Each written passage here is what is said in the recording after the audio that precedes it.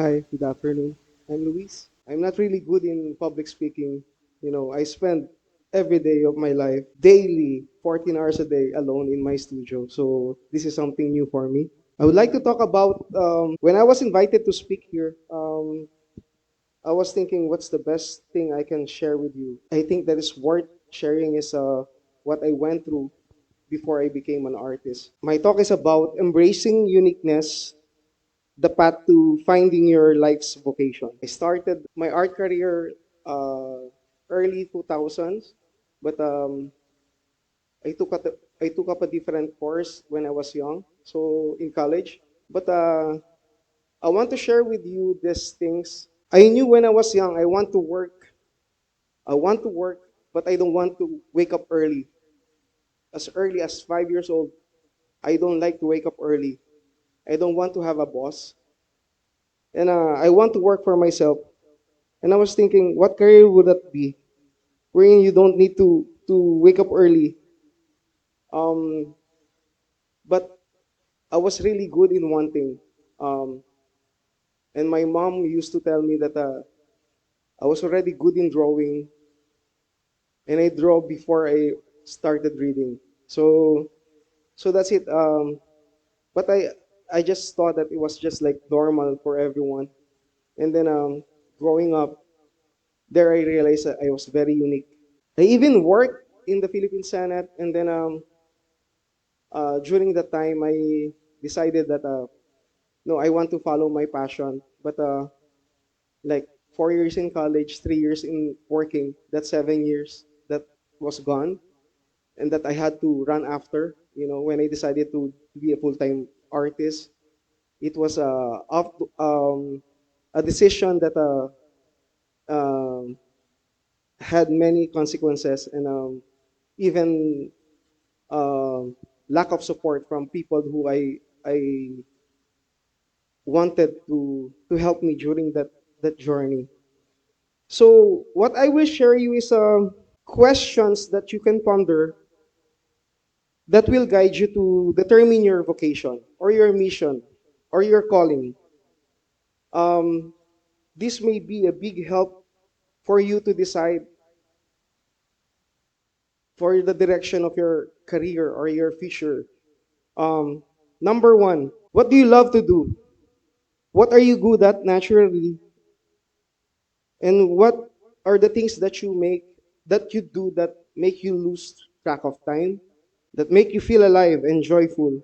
That's the most important thing. It comes naturally. You want to dance, you want to paint, you want to sing, um, you want to create games. But when you do those kind of things, it's very natural for you. That's number one question that you have to consider that will help you determining your future calling. Number two, if there is no recognition, appreciation, acknowledgement, or words of encouragement from people around you, you still want to pursue that kind of thing. If there's that one work or calling that you still want to do, even if people around you doesn't give you, pat on the back, saying, wow, this is a good work, and you still want to do it, that's a good criteria to pursue. You are your own cheering squad.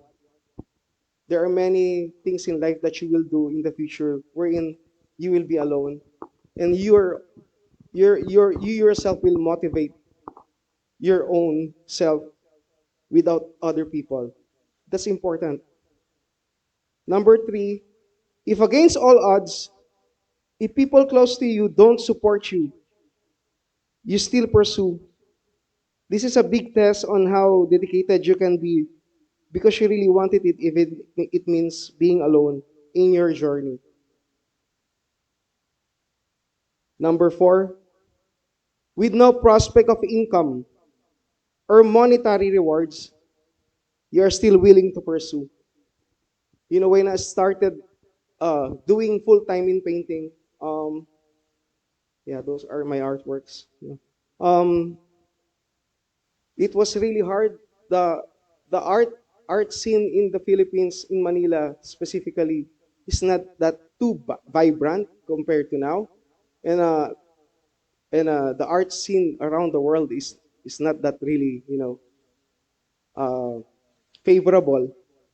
Um, Literally, my first artwork sale, it took me 4 years. Like, I worked 4 straight years, no art sale. No one wants to get your artwork. No one wants to show your artwork in a gallery. And 4 years is, it's not easy. You have to do so many side jobs, like teaching art, doing portraits, doing face painting for children's parties. Without them knowing that your ultimate plan is to be a full-time artist. Um, your only motivation is to do that kind of thing that makes you happy, even without any monetary rewards. Because this vocation or calling is the reward itself. Everything is icing on the cake, and you don't need external motivators like money to go on and believe in your dreams. You are already satisfied with what you're doing or with what you're planning to do, even without material returns. Number 5, do people laugh at you, at your dreams when you share them? Because they should. You will know that your dream or calling is on the right track. Is that when people laugh at your dreams. Um, when I was starting, I came from a uh, middle class community, and being an artist is like a far-fetched idea. It only happens in the movies, like stories that you read in books wherein people want their kids to be lawyers, doctors. It's an outsider uh, dream from my community. So when you tell the other people and they laugh at your dreams, you're on the right track. You know why?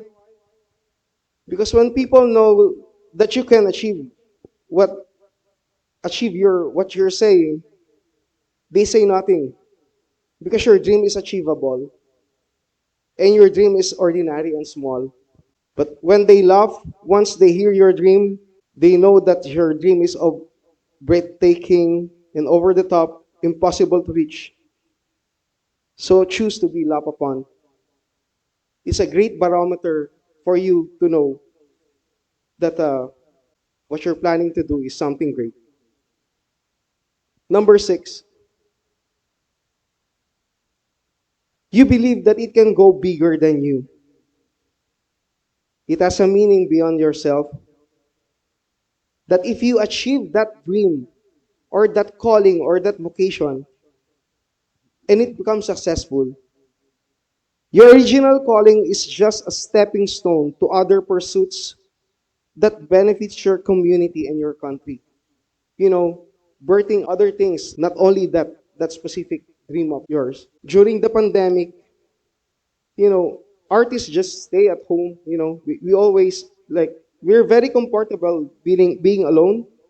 But during the pandemic, many artists here were able to be part of the community during the start of pandemic, and then there are many hospitals that needed money, and public hospitals that needed uh, financial support. So many Filipino artists are like donated and um, auction off our artworks, and then all the proceeds went to the hospitals to buy PPEs. It's just simple, gesture of helping your community, that you can be able to help your community doing what you love to do. And it gives more satisfaction and fulfillment doing that. At the end, with all these questions that I raised, that you have to ponder upon, doing these all things, don't forget your core values and guiding principles. Like me, every time I make decisions, big or small, professional or personal, I'm always guided by the Bible. You will face many struggles. Small steps towards your goals will help you. Life is not a sprint. Life is not a 100-meter dash. It's a marathon. You will have your own time. And like, for example, as an artist, I'm just starting, and then I compare myself to the artworks of Pablo Picasso. It's wrong. You have to compare the artworks that you're doing with Pablo Picasso in his first year of attempting to be an artist. Be Use them as inspiration, but don't compare yourself, because, like the topic that I'm talking about now, every one of us is very unique. God made you very unique. You were planned by God not to be same. We're all different, and use that uniqueness to shine and be the best that you can be in this world. And lastly, don't forget that the most important thing is your legacy and integrity that you will live in this world. That's the most important thing.